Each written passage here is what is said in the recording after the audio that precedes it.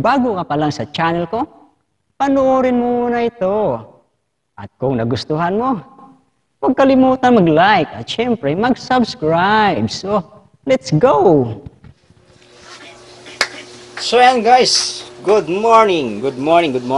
So dito tayo ngayon sa munting studio, magulo, technical area. So ngayong araw na to, ipapakita ko sa inyo kung paano magbukas ng iMac. Okay? Wala po kasing power ito, so bubukasan natin siya. So panoorin natin ito.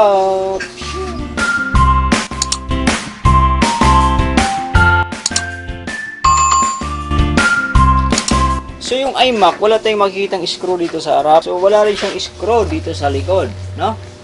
Ayan.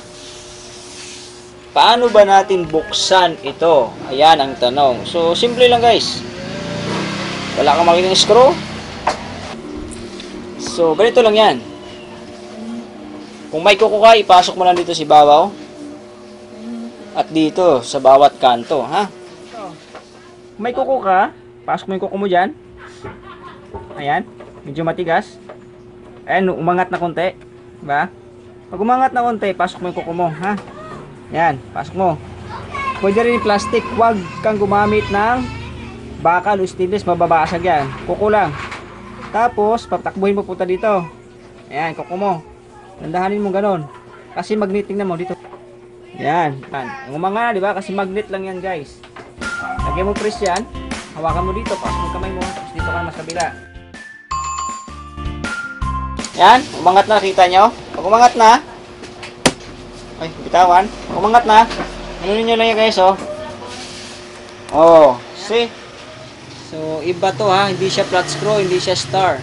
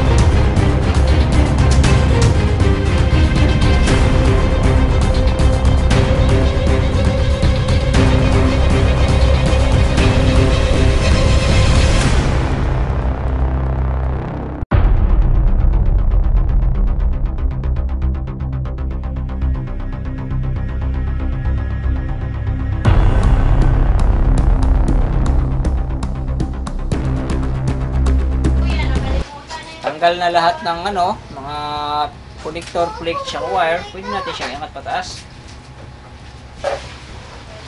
So ito yung pinaka-panel niya, kapal no?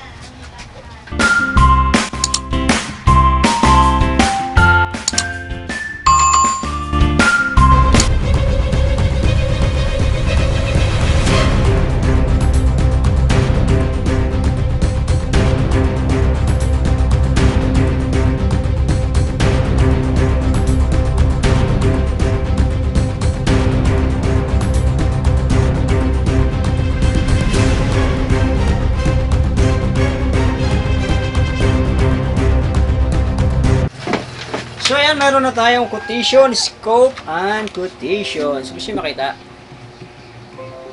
Ayan, huwag na natin linawan. Okay na yon. So, dahil meron na tayong scope and quotation, ipapasa natin ito sa client natin para paprobahan natin kung ipapagawa o hindi. So, sa kanya po ang desisyon na tayo mag-aantay lamang. So, hanggang dito na lang ang aking palabas. Maraming salamat at huwag kalimutan mag-subscribe.